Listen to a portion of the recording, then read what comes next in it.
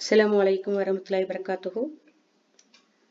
மூணாவது சூரா 134வது வசனம்.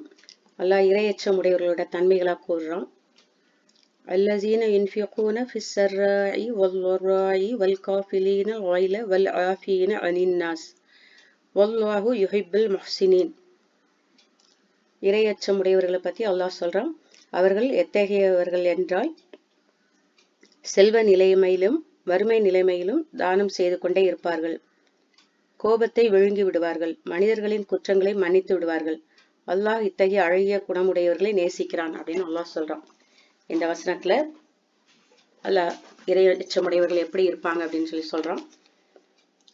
அதாவது வறுமையிலும் செல்வ நிலையிலும் அவர்களின் சக்திக்கு ஏற்றவாறு அல்லாஹ்வின் பாதையில் செலவு செய்து கொண்டே இருப்பார்களாம்.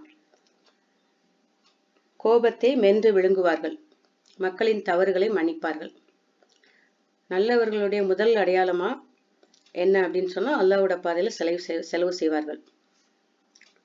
அதாவது செல்வந்தர்கள் பணத்தையும், அவங்கள்ட்ட அல்லாஹ் நிறைய செல்வம் கொடுத்திருந்தாங்கன்னா அவங்களோட செல்வத்தை இல்லைன்னா பணத்தை, கல்விமான்கள் ஞானம் கொடுக்கப்பட்டவர்கள் தங்களது கல்வியையும், அனுபவசாலிகள் தன் அனுபவத்தையும் ஆலோசனையும், நேரத்தை, உழைப்பை, தனது கண்ணியத்தை அப்படின்னு எது அவங்க கிட்ட இருக்கோ அதை வந்து அல்லாஹ்வோட பாதையில செலவு செய்வார்கள்.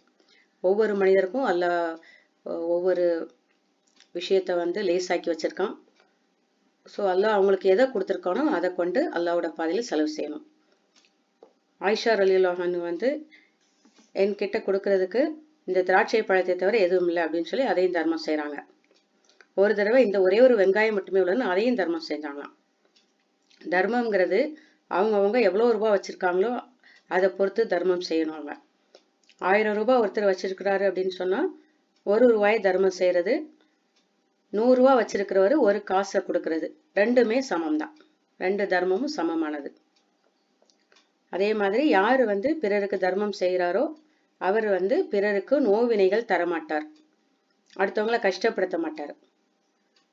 ஏழ்மையிலும் தன்னால் முடிந்ததை தர்மம் செய்கிற போது ஏழ்மை நீங்கி மீண்டும் வசதி ஏற்படும்.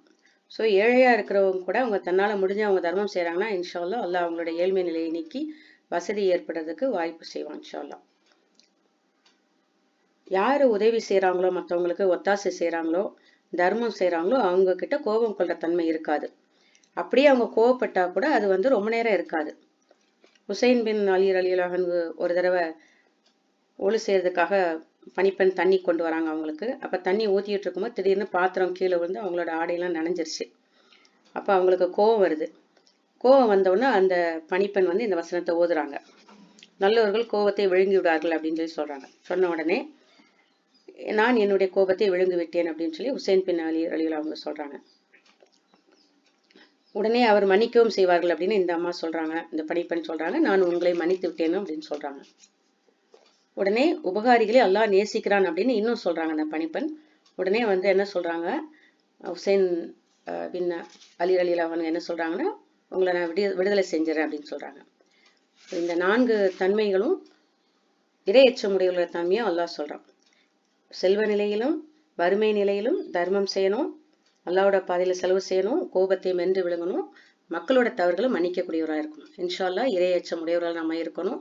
இந்த 4 தன்மைகளும் இன்ஷா அல்லாஹ் நம்ம கிட்ட அது வந்துடும். அஸ்ஸலாமு அலைக்கும் வரஹ்மத்துல்லாஹி வபரகாத்துஹு.